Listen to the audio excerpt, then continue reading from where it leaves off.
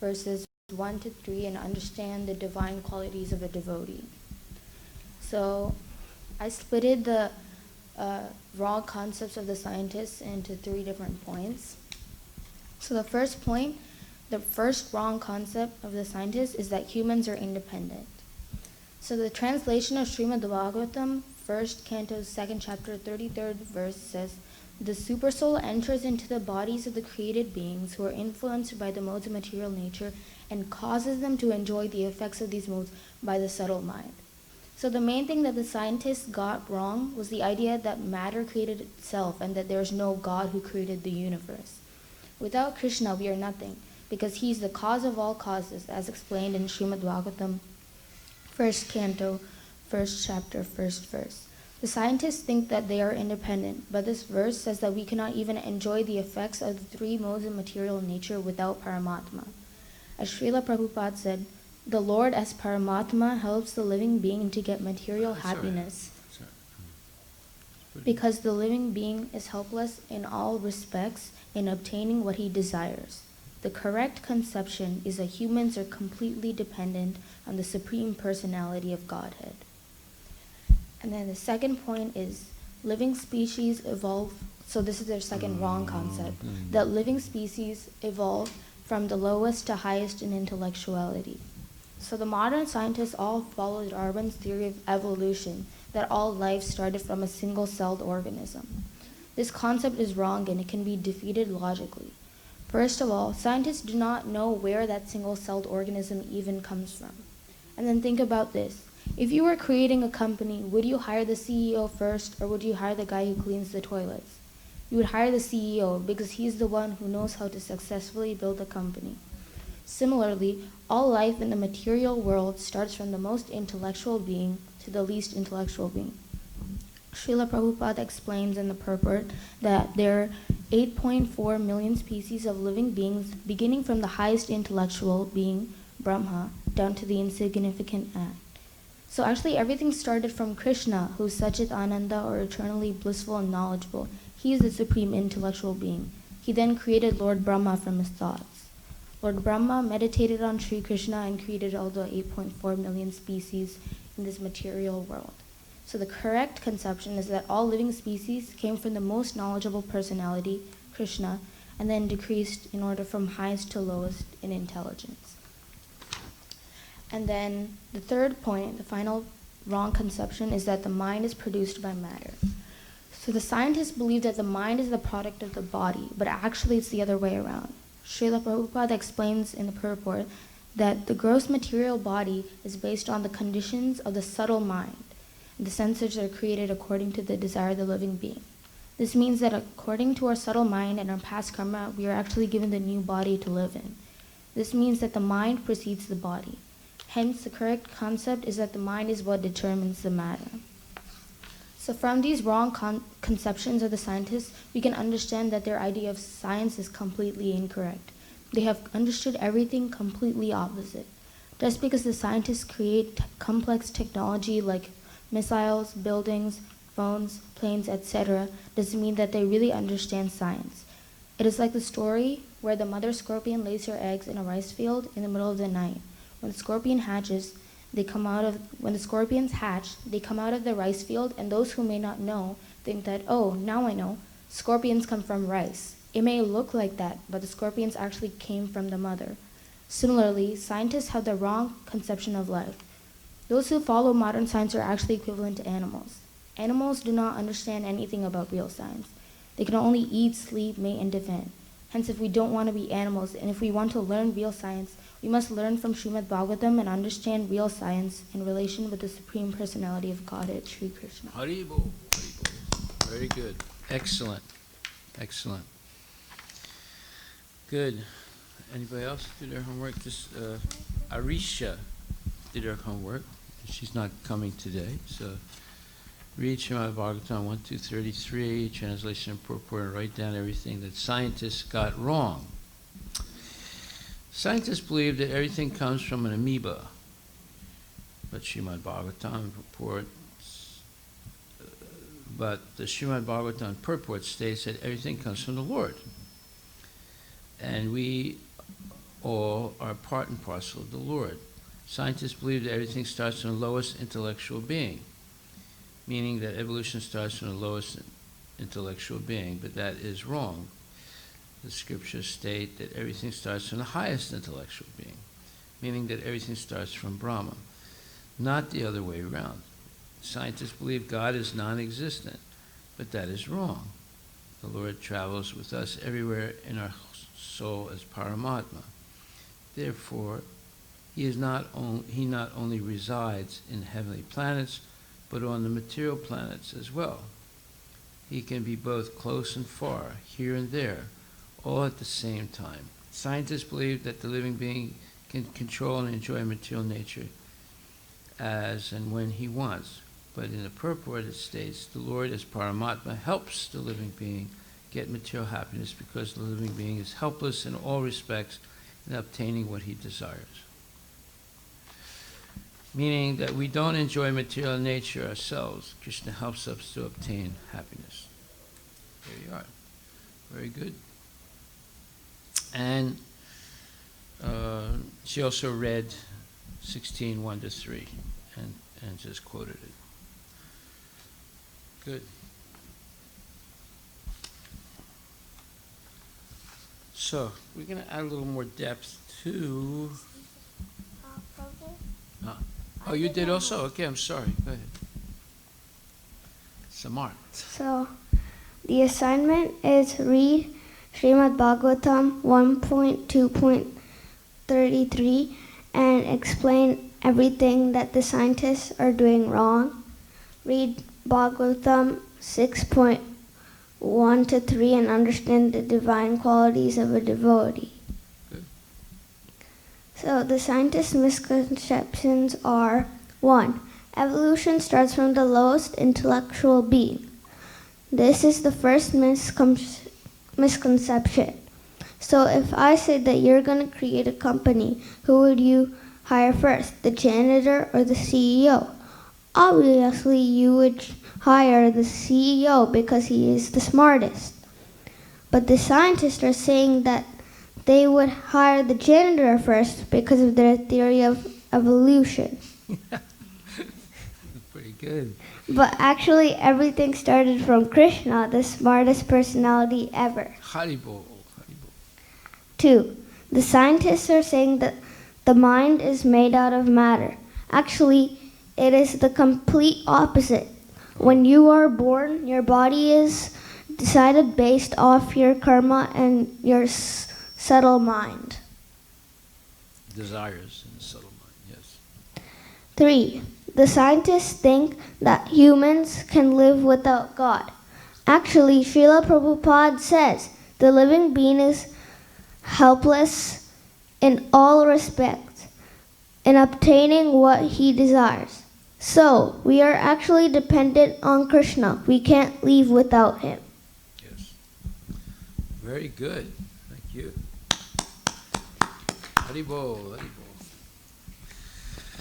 Okay, so we have a little more explanation. Huh? Point 1 to 3 translation. Oh, you did? Yeah. Okay. Do you want to? Okay. Abhayam Samsadir.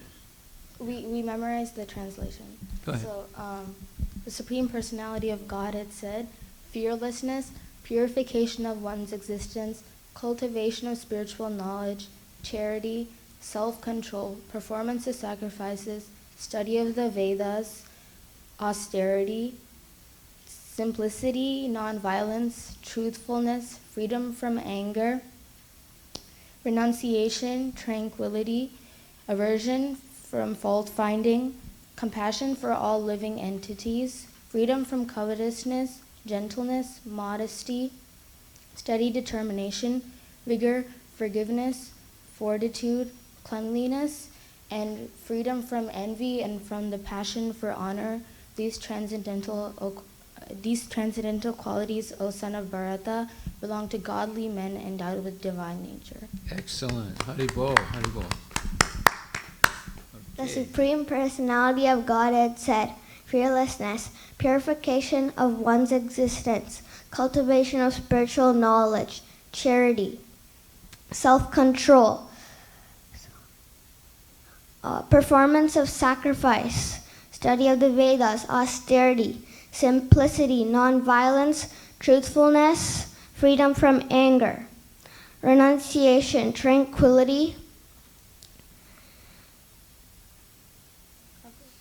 aversion to fault-finding, compassion for all living beings, freedom from covetousness, gentleness, modesty, steady determination, and freedom from envy and from the passion, vigor, forgiveness, fortitude, cleanliness, and freedom from envy to the passion and from the passion for honor. These transcendental qualities, O son of Bharata, belong to godly men endowed with divine nature. Excellent. Very, very good. Okay, so, excellent. So,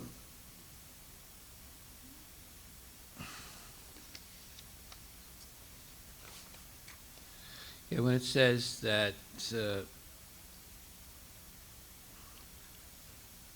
scientists say the mind is produced by matter, on the Bhagavad Gita, in the 15th chapter,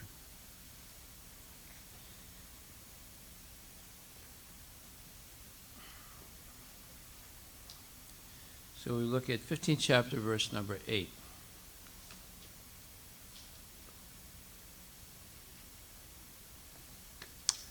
Sarinam yad avapnoti yachchapi utkramatishvaraha vihit vaitani samyati vayur gandham vivasayat.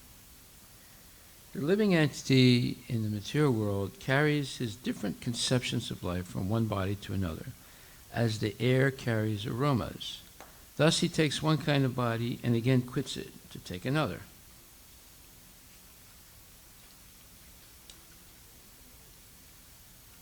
So, what does this mean? So let's read the purport. Arush, you want to read the purport? Yeah, go ahead.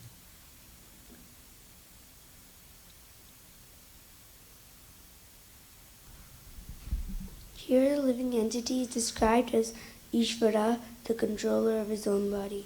If he likes, he can change his body to a higher grade, and if he likes, he can move to a lower class. Minute independence is minute. There. Minute independence is there. The change of his body undergoes depends upon him.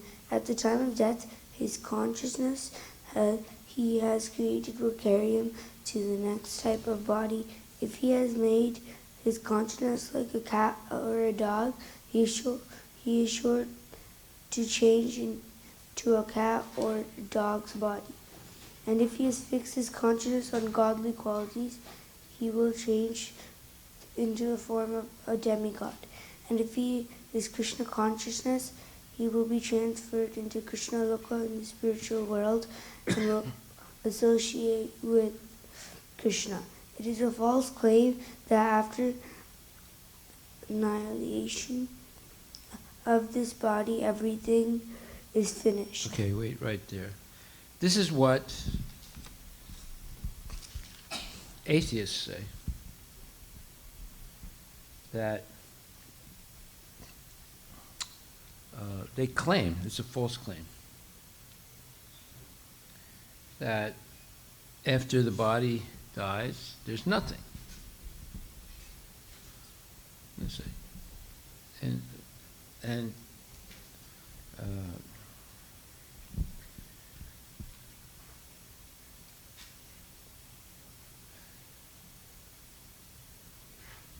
so we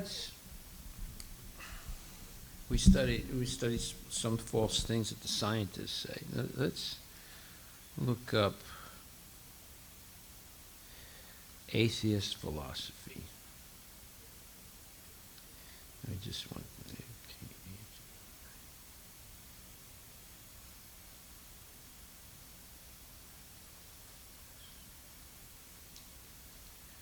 we should become aware of what atheist philosophy. Atheism is, in the broadest sense, the absence of belief in the existence of deities. Less broadly, atheism is the rejection of belief that any deities exist. In an even narrower sense, atheism is specifically the position that there are no deities. Okay. So if an atheist comes here, he would look at the altar and say, ha, ha, whoa, this is ignorance. You know, they'd say, you know, people are worshiping these deities, these idols, and they're just material things, and there's no such thing as a deity. So, if you look up atheism and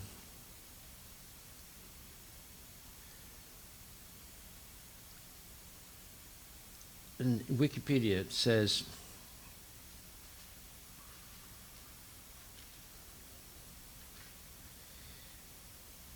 the word atheist comes from the Greek word atheos, meaning without God or without gods.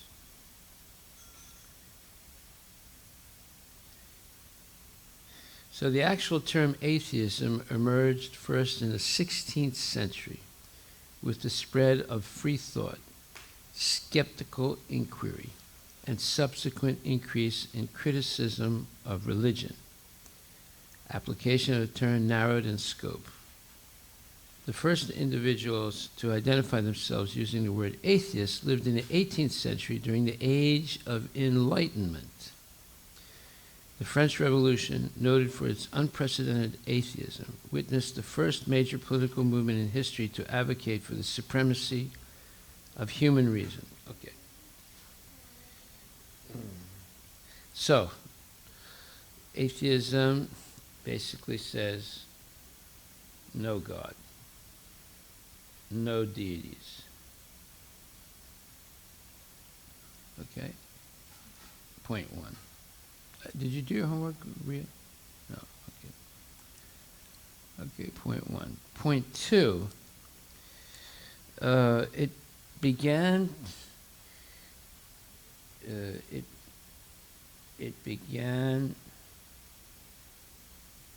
in modern times in the 16th century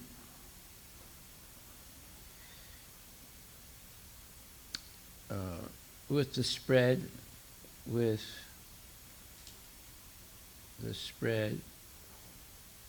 of free thought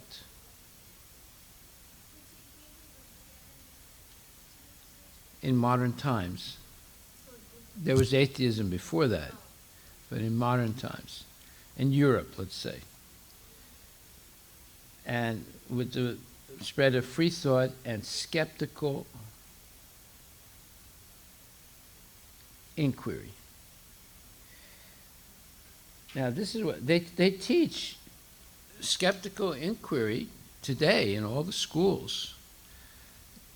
Now, do you know what skeptical inquiry means?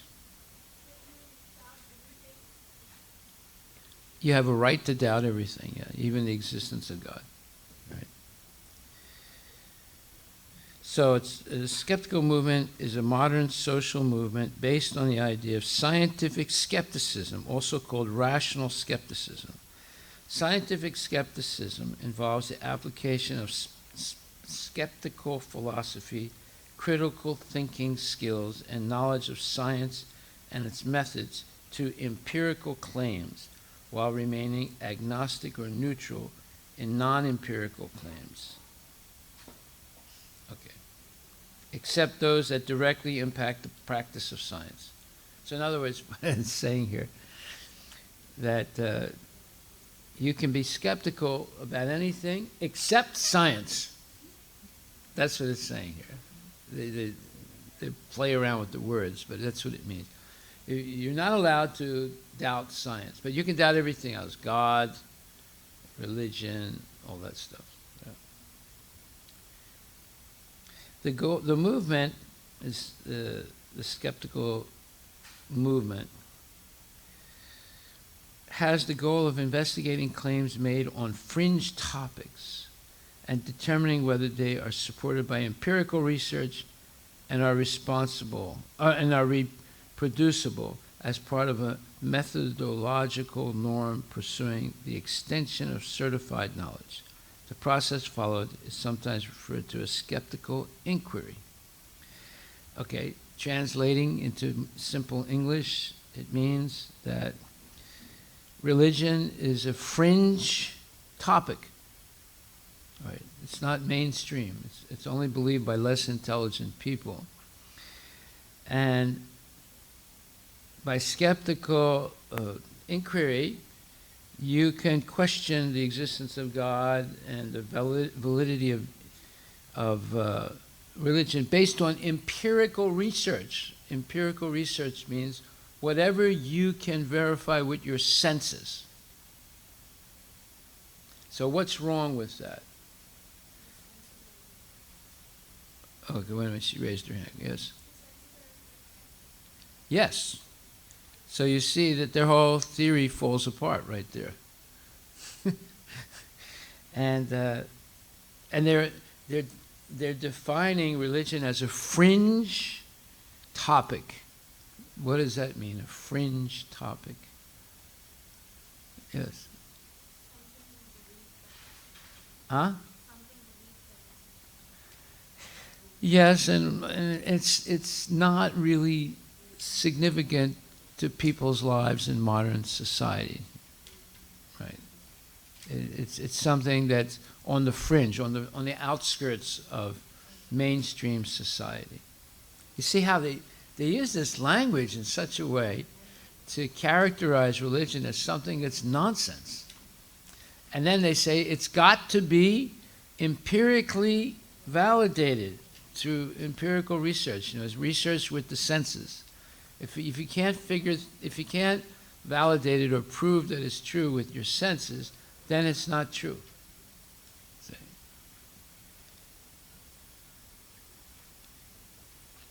And then you have to be able to prove in a reproducible way over and over again the same, let's say, truth. Well, you can't do that with empirical research. Every time you use your imperfect senses to know if God exists, you end up with nothing. This is called skeptical inquiry. Okay, now, let's see now. Sanskriti, you explained what skeptical inquiry is. Have you been introduced to this in your school? Yeah. See? They call it critical thinking, but it's not. It's acritical thinking. It's not really critical thinking because it's only based on empirical knowledge. Empirical knowledge is the knowledge you can get with your senses. You see, so they're limiting your range of research. And they say this is the only thing that's valid is empirical research. Roots of the movement of skeptical inquiry date at least from the 19th century when people started publicly raising questions regarding the unquestioned acceptance of claims about Spiritism. Well, Spiritism is referring to religion. Of various widely held superstitions. You see? And of pseudoscience. Publications such as those of the Dutch Vereniging tegen de Kwakzalverij in 1881 also targeted medical quackery, using as a template the Belgian organization founded in 1949, Comité Para. Americans Paul Kurtz and Marcello Truzzi founded the Committee for the Scientific Investigation of Claims of the Paranormal in Amherst, New York in 1976. now known as the Committee for Skeptical Inquiry, CSI. This organization has inspired others to form similar groups worldwide. So, you see, this is a worldwide movement to destroy religion and belief in God.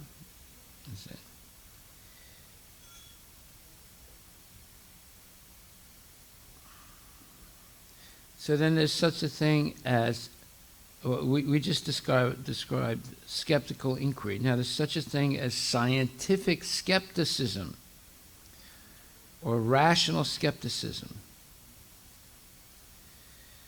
And it's an epistemological position in which one questions the veracity of claims lacking empirical evidence. In other words, they're talking about religion.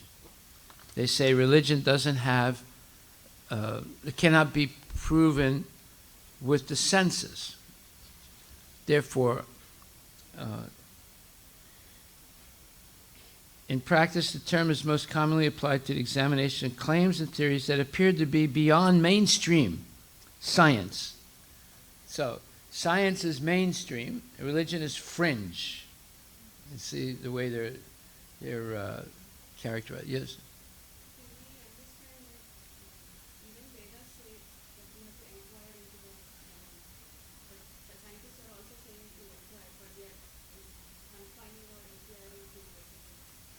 Just material means, just with your senses. Not beyond that. Anything beyond that, they say that's superstition, it's not science. You say, very clever argument. And most people believe this. And they teach it in the school. Right? Okay, so then it says, scientific skepticism is different from philosophical skepticism, which questions humans' ability to claim any knowledge about the nature of the world and how they perceive it.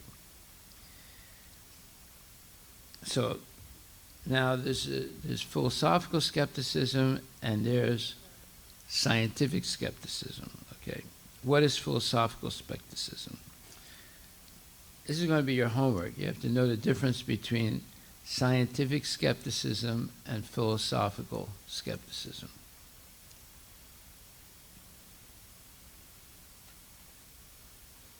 See, now if you understand this, then you're going to be really many, many millions of years ahead of everybody else in your class. The class people will look like dummies. When you start speaking about this, they won't even be able to follow you. You know, so, where did you learn that? You know, they always say that to puja. You know, I mean to Sanskrit. Where did you get that from? Is that right? Yeah. Homework.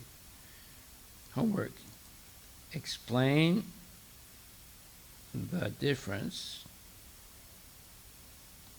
between scientific skepticisms. Skepticism, skepticism.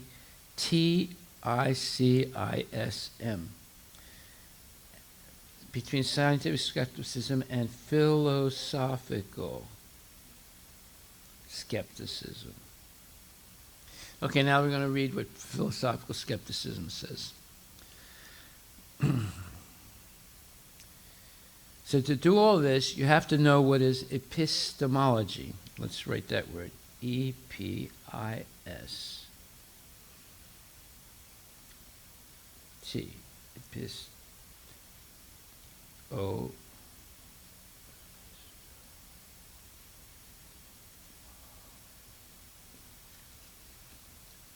Let's see, where is it? Epistemology. 1 second. E-P-I-S-T-E-M-O-L-O-G-I.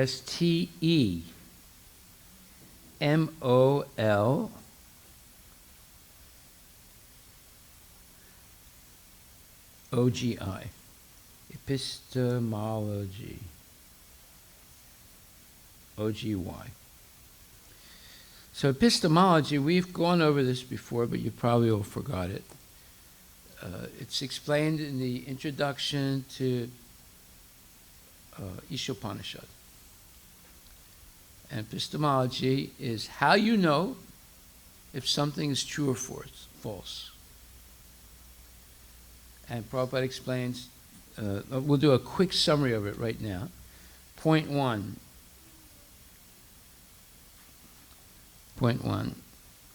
the 4 defects of every human being. Point 2,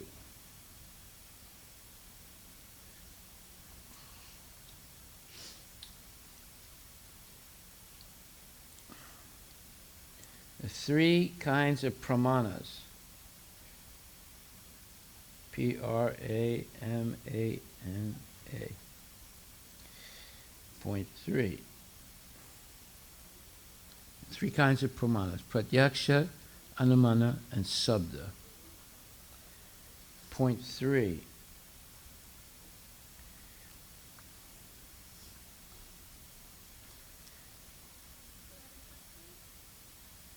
What? Point 3. Difference between deductive and inductive reasoning.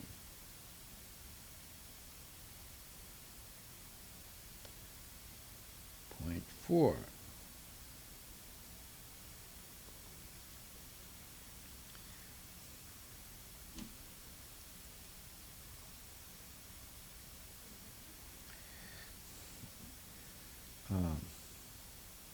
Subda, S-U-B-D-A, is the best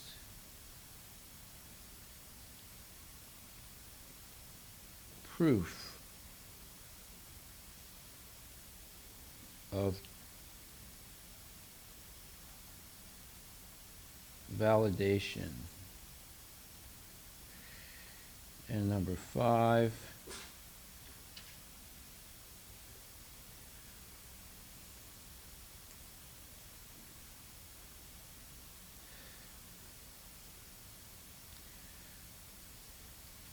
aroha and avaroha types of understanding. Aroha, A-R-O-H-A, and avaroha, A-V-A-R-O-H-A.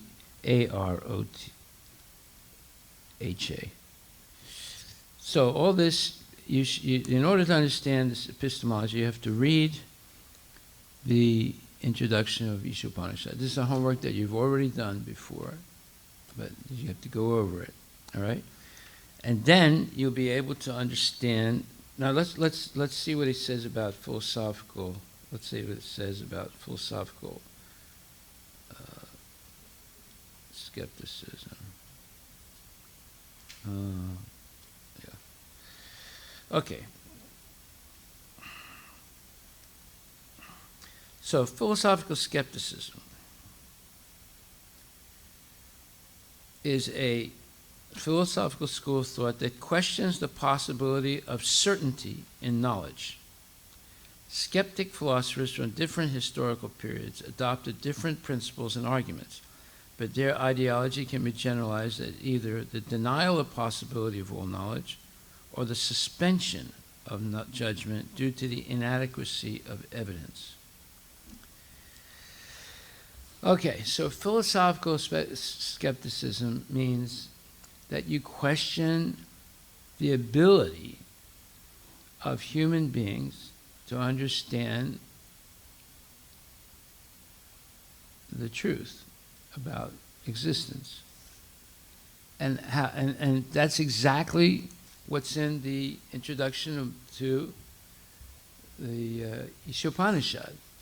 Prabhupada begins his explanation of epistemology, how you know if something is true or false, by saying that every human being has 4 defects. They make mistakes, they're easily illusioned, their senses are imperfect, and they have a cheating propensity.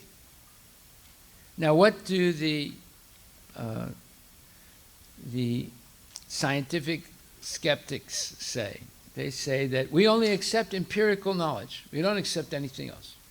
But obviously, they're going to limit themselves to how much they can know because their senses are imperfect, they make mistakes, they're easily illusioned, right? That's why what they're doing is not real science. Real science is the truth, and the truth never changes. But scientific theories are changing every 5-10 years. Right? That's the proof that what they're doing is not science, because they're changing their theories all the time. Why? Because they have imperfect senses. So, therefore, a good example is like what's happening today. Today there's a movement for environmentalism, right?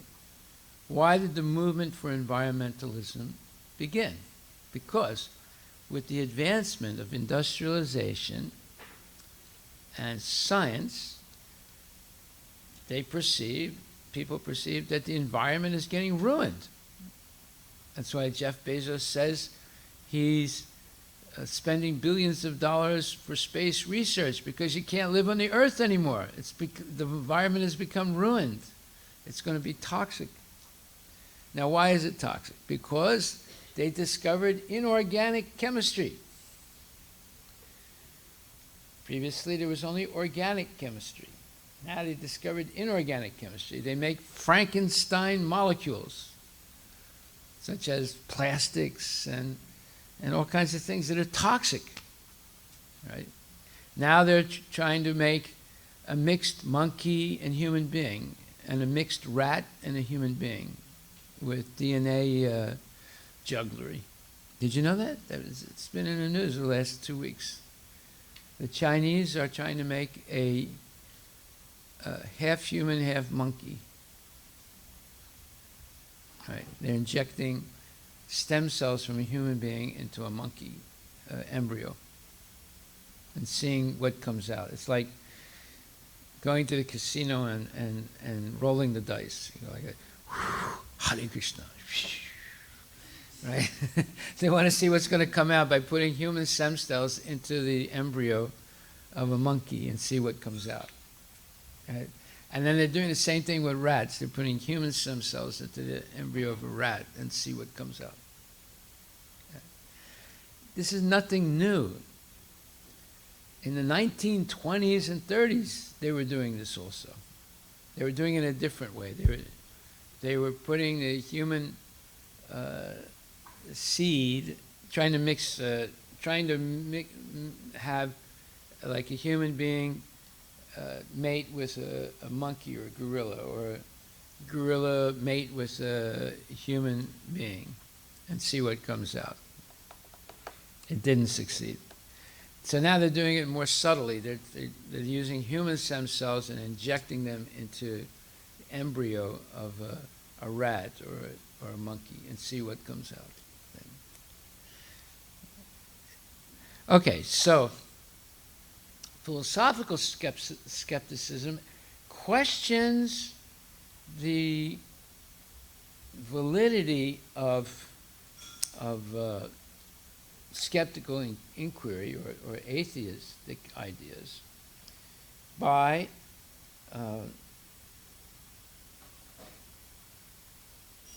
the denial of the possibility of all knowledge, or the suspension of judgment due to the inaccuracy of evidence. So philosophical skepticism uses a two-pronged approach. One is denying that human beings can have all knowledge, because they say we have limitations. The scientists don't accept this. And the second approach is suspending judgment, saying you can't come to a definite conclusion by empirical means. Why? Because of the inadequacy of the evidence. Like, for example, Darwin. Darwin said, you'll find the proof of my theory of the origin of species in fossil records. Well, Darwin died, I don't know, 1860 or 1870s. Up until today, they haven't found the proof that there is changing species. One species turns into another species. They haven't found that proof. All they found is the proof that within one species you can have changing traits due to environment and other things, but not changing species. I mean, a white rabbit can turn into a grayish rabbit when you take it from England and put it into the outback wilderness of Australia, and then let it mate. And after 2, 3, 4 generations, all the white rats became gray rats to adjust to the environment, so that they don't get eaten. They can't be seen as easily if they have white fur, right? But that doesn't mean that the rat became a mouse or the rat became a bear, right? It just means that there was some slight variation in the color of the fur, that's all. So that's not proof of one species becomes another species, you see. So philosophical speculation has two ways of questioning the validity of scientific skepticism, and that is the denial that human beings can have all knowledge, or the suspension, meaning stopping judgment, not coming to a final judgment due to the inadequacy of the evidence, due to incomplete evidence. And so let's look. Skepticism is not a single position, but covers a range of different positions. In the ancient world, there were two main skeptical traditions. Academic skepticism took the dogmatic position that knowledge was not possible. Pyrrhonian skeptics refused to take a dogmatic position on any issue, including skepticism. Radical skepticism ends in the paradoxical claim that one cannot know anything, including that one cannot know about knowing anything. So, it's very interesting. Skepticism can be classified according to its scope. Local skepticism involves being skeptical about particular areas of knowledge, like moral skepticism, skepticism about the external world, or skepticism about other minds, whereas global skepticism is skeptical about the possibility of any knowledge at all. Skepticism can also be classified according to its method. In the Western tradition, there are two basic approaches to skepticism. Cartesian skepticism, named somewhat misleadingly after René Descartes, who was not a skeptic, but used some traditional skeptical arguments in his Meditations, which is a book that he wrote, to help establish his rationalist approach to knowledge. Attempts to show that any proposed knowledge claim can be doubted. Agrippan skepticism focuses on the process of justification rather than the possibility of doubt. According to this view, there are three ways in which one might attempt to justify a claim, but none of them are adequate. One can keep on providing further justification, but this leads to an infinite regress. Anybody remember what an infinite regress is? Yes, just that.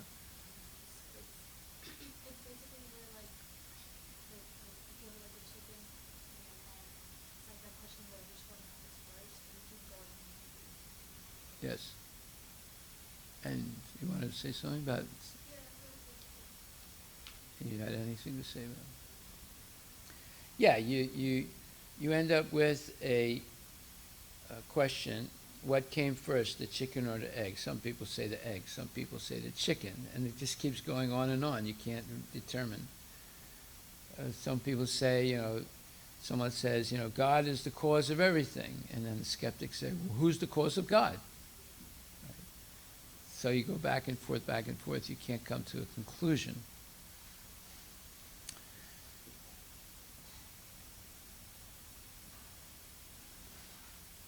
Okay, so you get an idea. I mean, it gets a little too complicated, but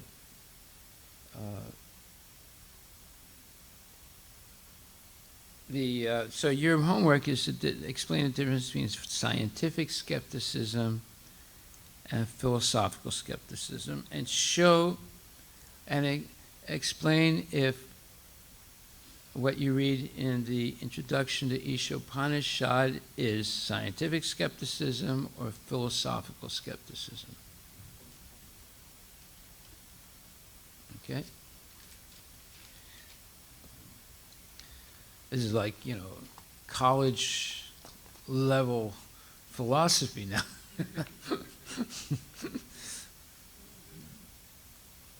You start learning all this stuff, you're going to be like, a Superman. Okay, so we see that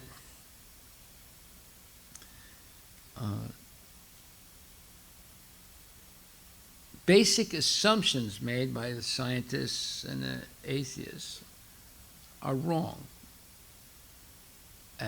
But you can't figure out it's wrong unless you study Bhagavad Gita.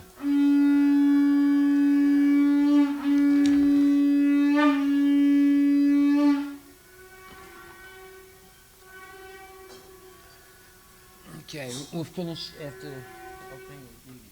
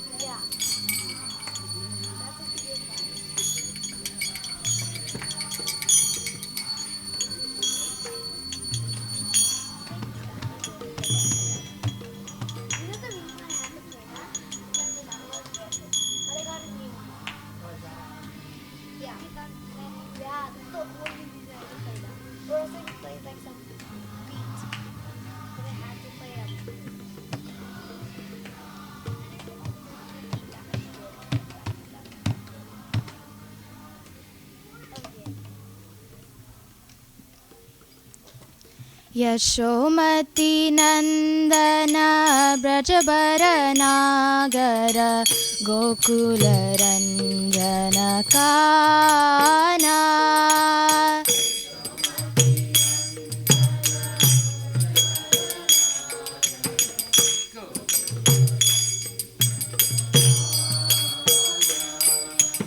Yashomati Nandana Brajabara Nagara Gokula Ranjana Kana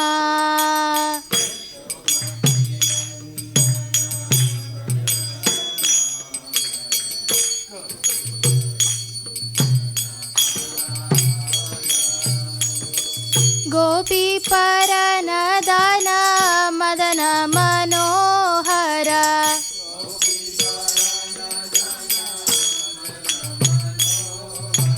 Gopi Paranadana Madana Manohara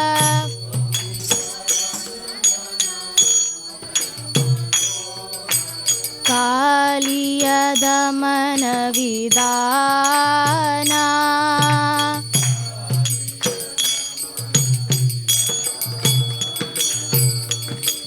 Amala Harinamamiya Vilasa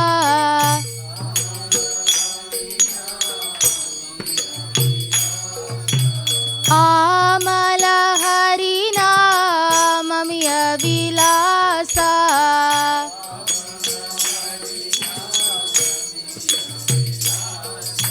Vipina Purandara Navina Nagara Bora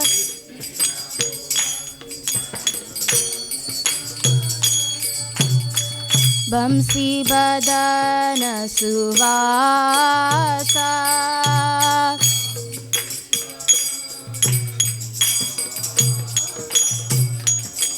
Brajajana Palana Surakulanasana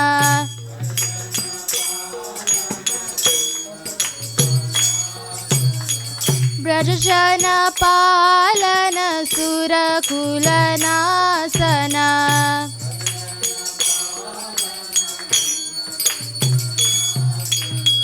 Nanda Godana Rakuala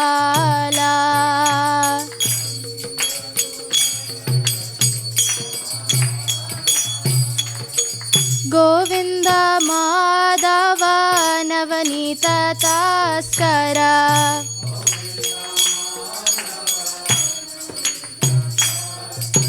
Govinda Madhava Navanita Taskara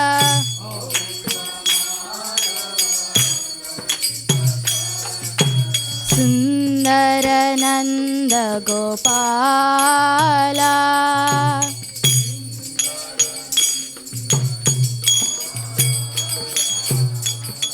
Jamuna Tata Chara Gopi Basana Hara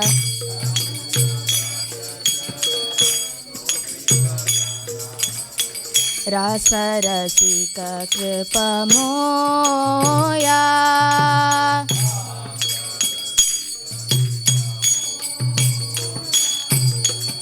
Shri Radha Vallabha Vrindavana Natabara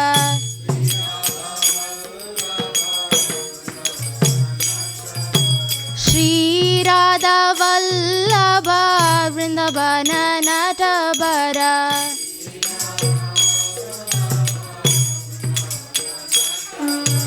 Bhakti Vinoda Shraya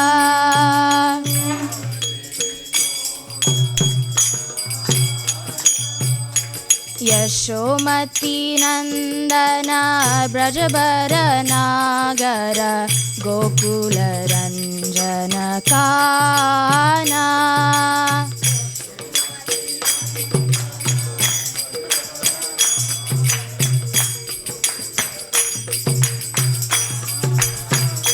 Jayo Radha Nila Madhav Radha Nila Madhav Radhe.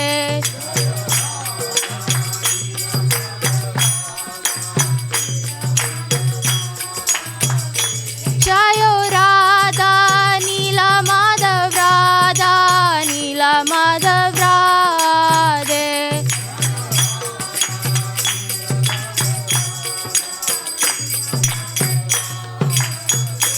Jayo Lakshmi Narasimha Jayo Lakshmi Narasimha Jayo Lakshmi Narasimha Jayo Lakshmi Narasimha.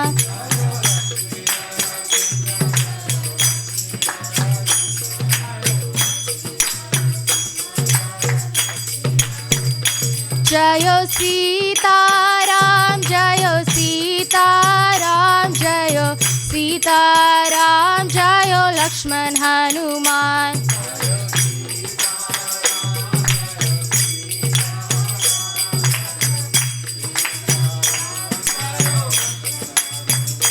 Jayo Jagannatha Jayo Jagannatha Jayo Baladeva Jayo Subhadra.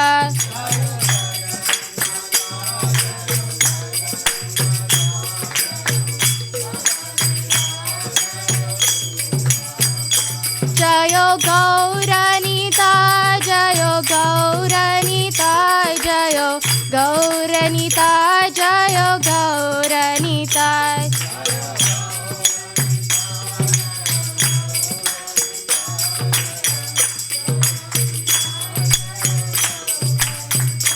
Jaya Jaya Prabhupada Prabhupada Prabhupada Jaya Jaya Prabhupada.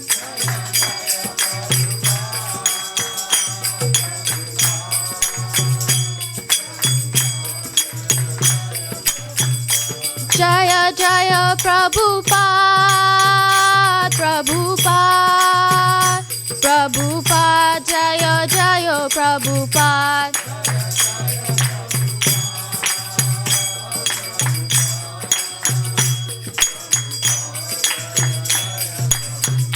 Jaya Jaya Gurudev Gurudev Gurudev Jaya Jaya Gurudev.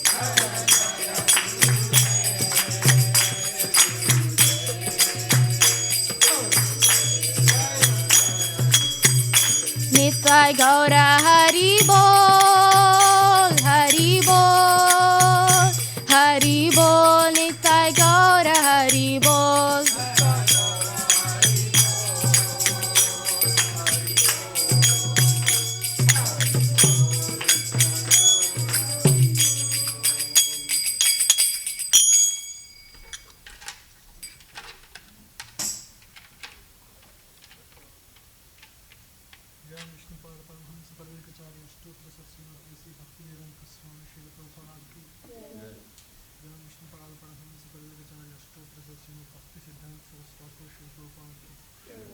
अनंत कोटि वैष्णव वृंद की आचार्य श्री हरिदास ठाकुर की प्रेम से कहो श्री कृष्ण चैतन्य प्रभु नित्यानंद श्री अद्वैत गदाधर श्रीवासादि गौर भक्त वृंद की श्री श्री राधा कृष्ण गोप गोपनाथ श्याम कुंड राधा कुंड गिरिगोवर्धन की ब्रजभूमि वृंदावन धाम की द्वारका मधुरा पुरी धाम की पुरुषोत्तम क्षेत्र जगन्नाथपुरी धाम की गंगमाई यमुनामाई की भक्तदेव तुलसी महारानी की सामवेद गौर भक्त वृंद की हरिनाम संकीर्तन महायज्ञ की all glories to the single devotees, all glories to the single devotees, all glories to the single devotees, all glories to Guru and Gauranga.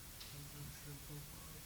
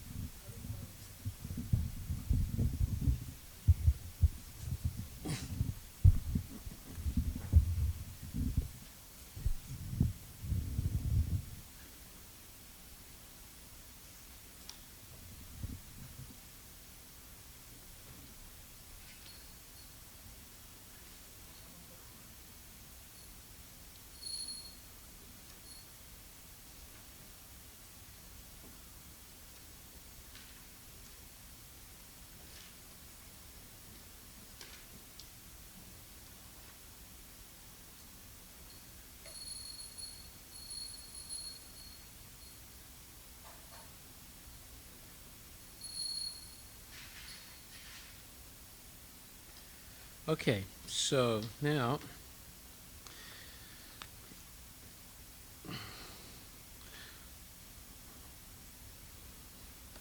so we go back to 15th chapter, verse number 8. The living entity in the material world carries its different conceptions of life from one body to another. As the air carries aromas, thus he takes one kind of body and again quits it to take another. And we were reading the purport, so Arush was reading. So start from the beginning and read again. Okay. Here the living entity is described as Ishvara, the controller of his own body. If he likes, he can change his body to a higher grade, and if he likes, he can move to a lower class. Minute independence is there. The change of his body undergoes depends upon him. At the time of death, the consciousness he has created will carry him onto the next type of body. If he has made his conscious like that for a cat or a dog, he will surely change into a cat or a dog's body. And if he has a fixed consciousness on godly qualities, he will change into the form of a demigod. And if he is Krishna consciousness, he will be transformed to Krishna Loka in the spiritual world and will associate with Krishna. It is a false claim that after the annihilation of the body, everything is finished. The individual soul is transmigrating from one body to another, and his present body and present activities are the background of his next body. One gets a different body according to karma, and he has to quit this body in due course. It is stated here that the subtle body which carries the conception of the next body develops another body in the next life. This process of transmigrating from one body to another and struggling while in the body is called karsati, or struggling for existence.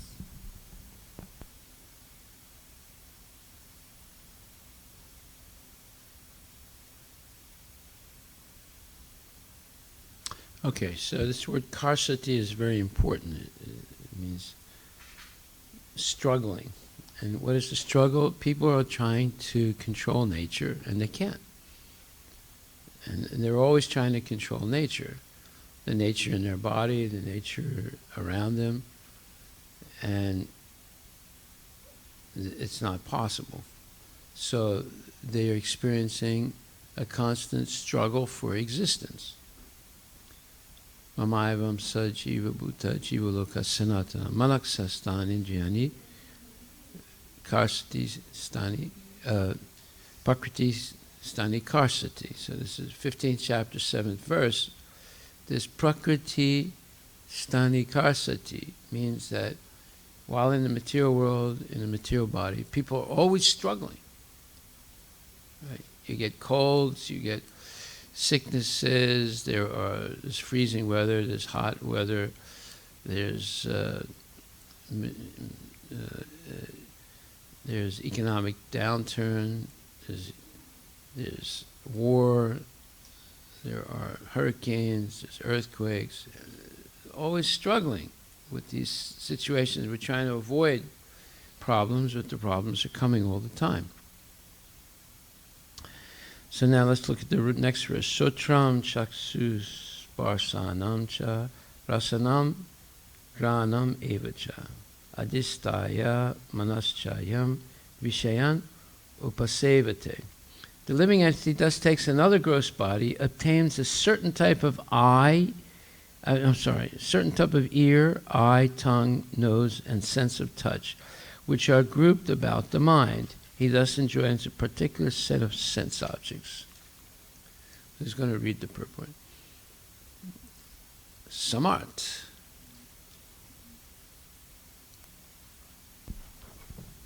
In other words, if the living entity adulterates his consciousness with the qualities of cats and dogs in his next life, he gets a cat or a dog body and enjoys. Consciousness is originally pure like water, but if we mix water with a certain color, it changes. Similarly, consciousness is pure, for the spirit soul is pure. But consciousness is changed according to the association of the material qualities. Okay, stop right there. This is a very interesting point. The soul can never be contaminated, right? Because it's spiritual, so matter cannot affect it. But the consciousness is made up with mind, intelligence, and ego. The consciousness can be contaminated. Consciousness is a symptom of the soul, right? But although the soul is eternal, it can never be chemically mixed with matter. It can never change its nature. But it can be covered. Just like you have a gold ring, right? And let's say you're in the toilet and the gold ring falls out off your finger and goes into the toilet bowl. And right after you pass stool. So would you flush the toilet, Arush? Yes? You mean you're going to lose your gold ring? But it's gold. Okay, now this is an interesting question, okay? Who says they would flush and who says they would not flush? What do you say, Samart?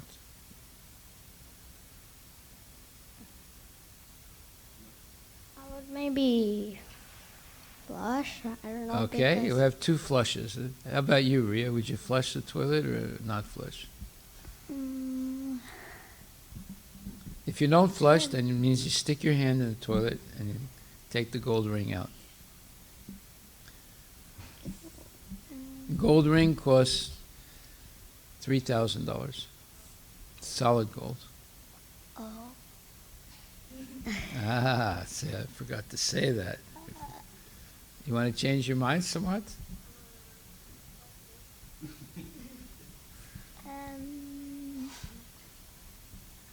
I don't know. You don't know, okay. And yes, Anyways, otherwise the toilet would get clogged. no, it's not going to get clogged. Yeah. A gold ring is it's a little thing. It's not enough to clog the toilet. So what would you do, knowing that the toilet is not going to get clogged? I would take it out. You would stick your hand in the No. stool and take it out? Yes? I would use a plastic bag. Okay. All right, so we have only one person so far who would take it out, and three people say that they would flush the toilet. Anybody else? Shrestha, what would you do? I think I would take it out, but I would use protection. Okay. Well, you see, if you compare the gold ring to the soul, the gold ring does not change because it's covered by stool. It's still valuable. It's still pure gold. It doesn't get corrupted by the stool. See? So the soul can never get corrupted, but the consciousness can. This is interesting. Very interesting. Yes? You said consciousness is a symptom of soul. So what does it mean actually? Well, it's like this. Let's say there's a flashlight, right? So you turn it on, and now there's light comes out, right? But then someone puts a tarp over the flashlight. Would you be able to see the light? No. The tarp is covering it. So this is what happens to the soul. I'm going to give you two words now, and you have to look them up in the Bhagavad Gita and Bhagavatam. Pratseptasya and avaranatmika. Okay, these are two words, two Sanskrit words. One word means throw, and the other word means cover. So this is what happens to the soul. It gets thrown into the material world, and it gets covered with material body. So, is it corrupted? is it chemically altered by being thrown into the material world and covered by matter? No. Just like the gold ring is not corrupted by being thrown into the toilet and being covered by the stool. Therefore, so let's say it was something else. Let's say it was a cell phone that's not waterproof and it falls into the toilet. Well, it would get corrupted, right? You could take it out, but it wouldn't work properly after that. You'd have to get a new phone. You'd throw it away and get a new phone. But the gold ring doesn't get corrupted because it falls into the toilet. It gets covered with stool. So this word avaranatmika, let me see if we can find it.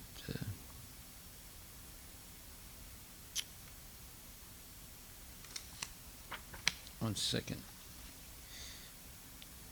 Praktisektatmika and avaranatmika. 1 second. I'm just looking here.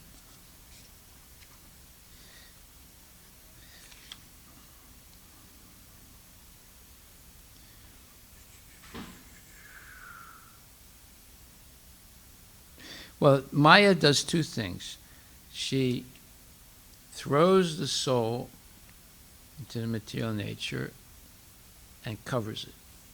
It's the two functions of Maya. 884. Let's see if it says this. 884. I want to see if you can find.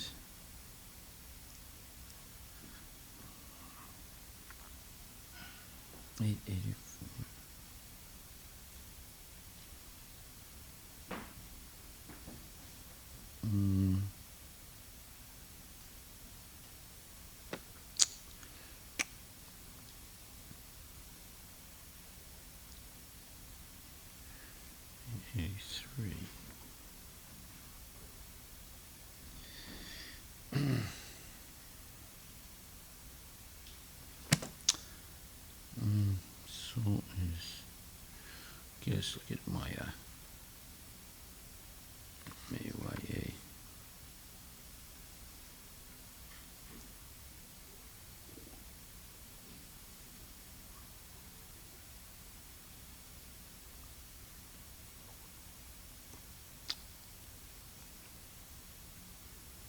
Okay, I'm going to have to show you where you can find this, and I'm not going to find it now. Let me just look one more time.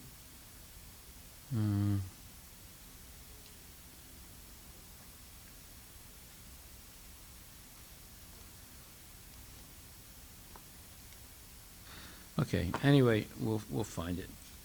1 second.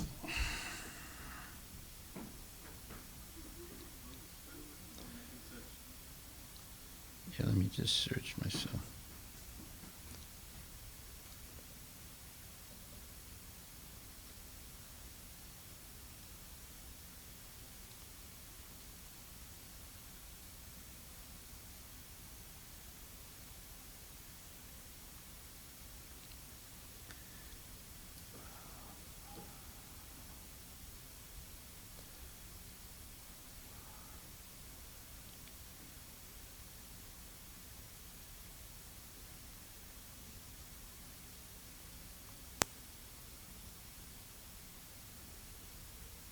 Okay, here it is. Anyway, Maya has two functions. It throws the living entity and it covers the living entity. And avaranatmika is A-V-A-R-A-N.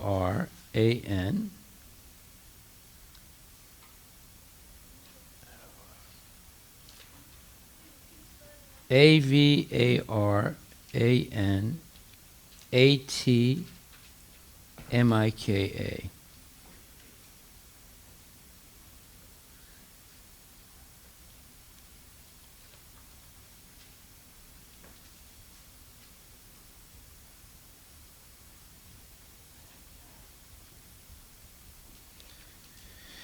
So, you will find it. Okay, here it is. In Vani quotes. Avaranatmika means covering, and prakseptatmika means pulling down.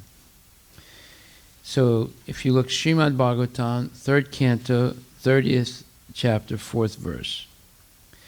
The living entity, in whatever species of life he appears, finds a particular type of satisfaction in that species, and he is never averse to being situated in such a condition. The satisfaction of a living entity in a particular type of body, even if it is most abominable, is called illusion.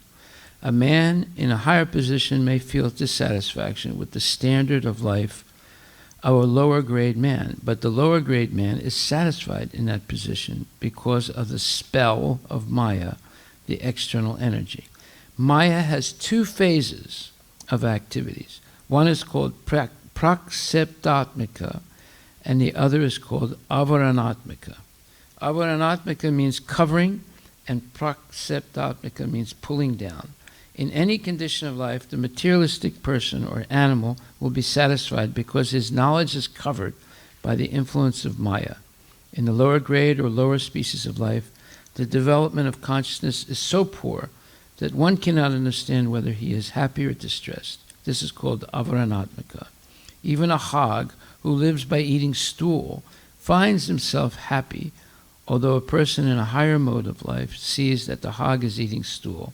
How abominable that life is. So you looked up Srimad Bhagavatam, 3rd canto, 30th chapter, verse number 4.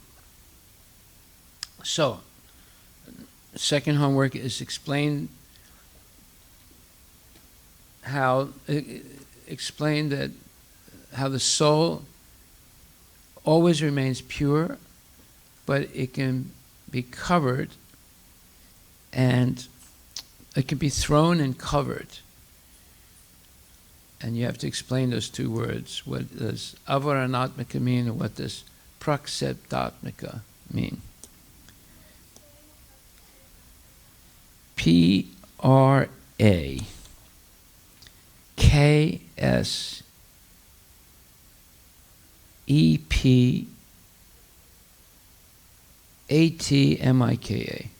Praksepatmika. So Maya has two functions. She throws the living entity and covers the living entity. And because of that, although the soul is never contaminated, the consciousness can be contaminated.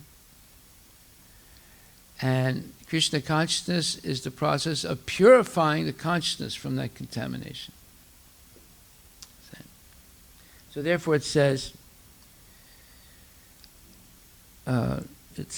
here, consciousness is originally pure like water, but if we mix water with a certain color, it changes. Similarly, consciousness is pure, for the spirit soul is pure, but consciousness is changed according to the association of the material qualities. So now we see, let's say you're 8 years old and your parents bring you to the temple and you always bow down, you chant Hare Krishna, and you take prasadam, and you listen to the classes.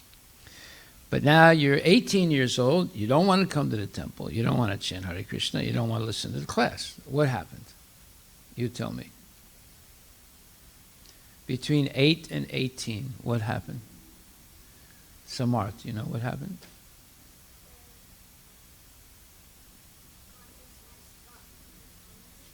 Exactly. How did it get contaminated?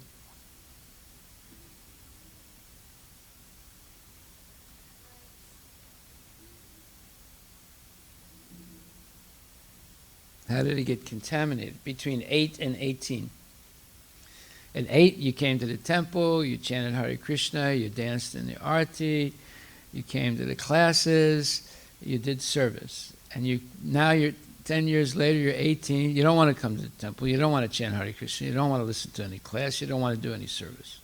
What happened? What? You get influenced by nonsense? Yes, by nonsense association. Mm-hmm.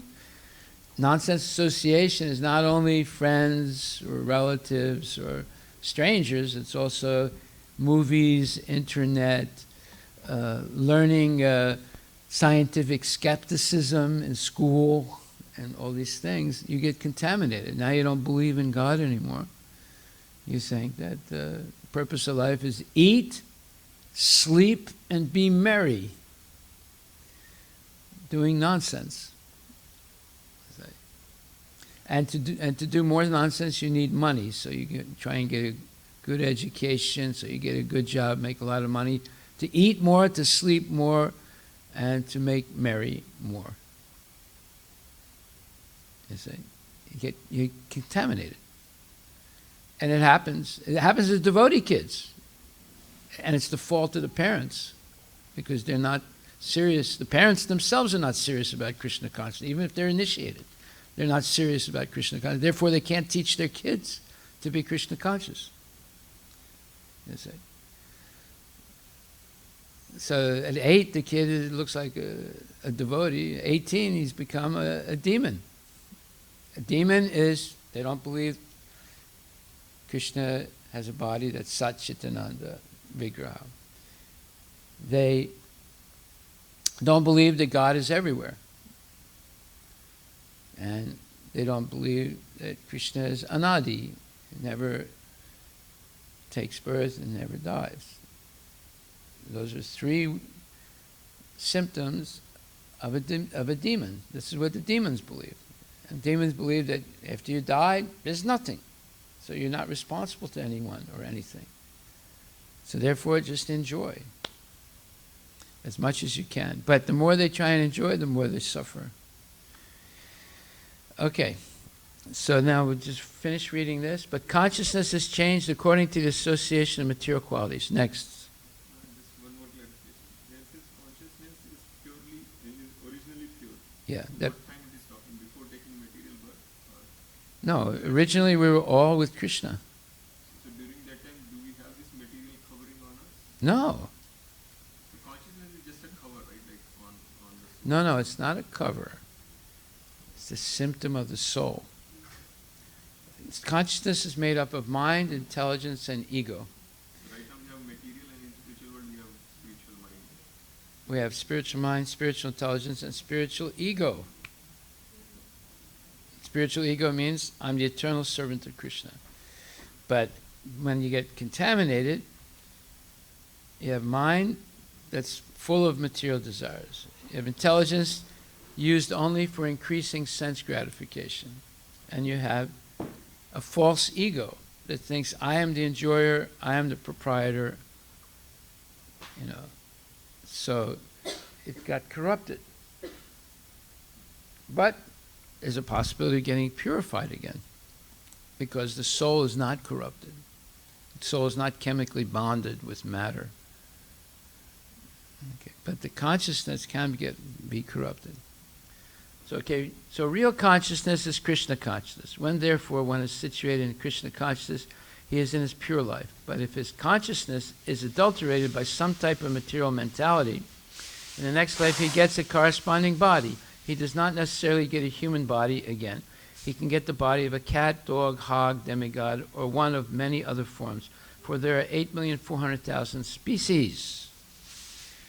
So, therefore, it's the fault of the parents. It doesn't matter if they're initiated or not initiated.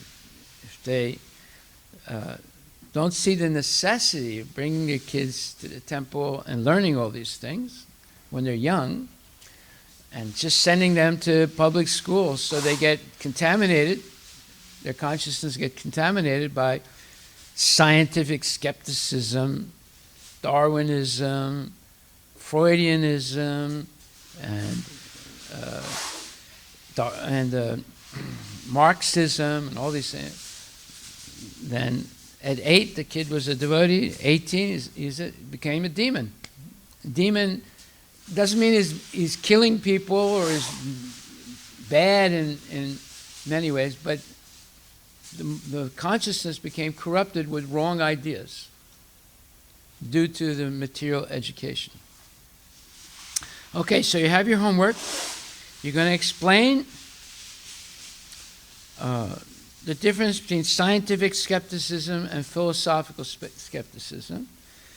And number 2, And with that, you have to reread the introduction of Ishopanishad and understand Vaishnava epistemology, right?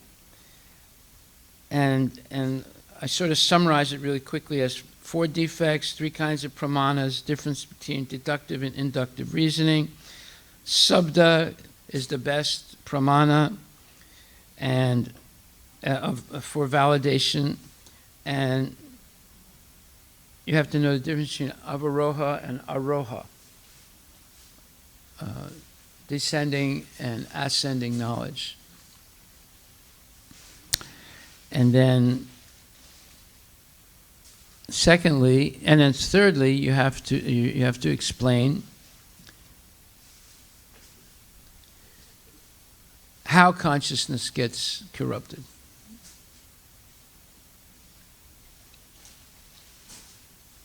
You got all that, Arush? That's a lot. That's for next Wednesday. Next Wednesday. Tomorrow. Oh, tomorrow. I'm sorry. Tomorrow's Sunday. Yeah, today's Saturday. It's for tomorrow. You're not going to have time to have any fun. You'll be doing homework all day today. It's like college, you know. You don't have time to go out or do anything. You have to just be in the library all day doing your homework. Haribol. All glories to Srila Prabhupada ki jai.